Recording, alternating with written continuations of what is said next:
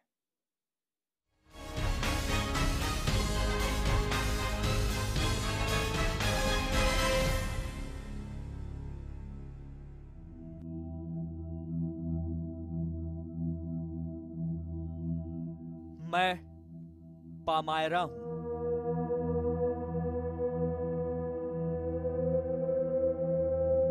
मुझे इतिहास का अनमोल नगीना कहा जाता है, जिसकी गोद में यहां की बरसों पुरानी धरोहर बैठा करती थी। मैं यहां 2000 साल पहले वजूद में आया था और मेरी काया देख यहां लोग मुझे रेगिस्तान का मोती कहने लगे थे। मेरी फैली इन्हीं बाहों में सैकड़ों साल का इतिहास सांसें भरता है। यकीन मानिए, हवाओं के झरोखे से झांकती चीखें अब भी उन जुल्मों सितम की कहानियां सुना देती हैं जिन्हें यहां होते हुए मैंने खुद देखा है। ये अभी गुजरे कल की ही तो बात है, जब रेगिस्तानी इलाकों की आड़ में छिपे मेरे आंगन पर आतंक के कदम पड़े थे, और उसके बाद वक्त कुछ इस कदर बदला कि सारी आबो हवा ही बदल गई। मैं लाचार सब कुछ जमींदोज होता देखता रहा। दरअसल रूस ने पामायरा के हालातों का जायजा देने के लिए एक ड्रोन वीडियो जारी किया, जिसमें दिखाई दे रहा है कि इस्लामिक स्टेट के नापाक मंसूबों का शिकार पामायरा हर रोज एक नई मौत मर रहा है। तस्वीरों की गवाही यही है कि रोमन शैली के थिएटर टेट्रापाइलन में 4 प्रमुख स्तंभ थे और हर स्तंभ के 4 खंड थे, मगर ये ताजा तस्वीरें अब दहशत का कुछ और ही किस्सा सुना रही हैं। सीरिया में बने इस रेगिस्तानी मोती पर भी बगदादी की काली नजर पड़ी। उसके बाद तो यहां की दुनिया को बदलते देर नहीं लगी। हंसता खेलता आबाद शहर बर्बाद हो गया। आज हादसा में बस इतना ही। जहां रहिए, सतर्क रहिए, सुरक्षित रहिए।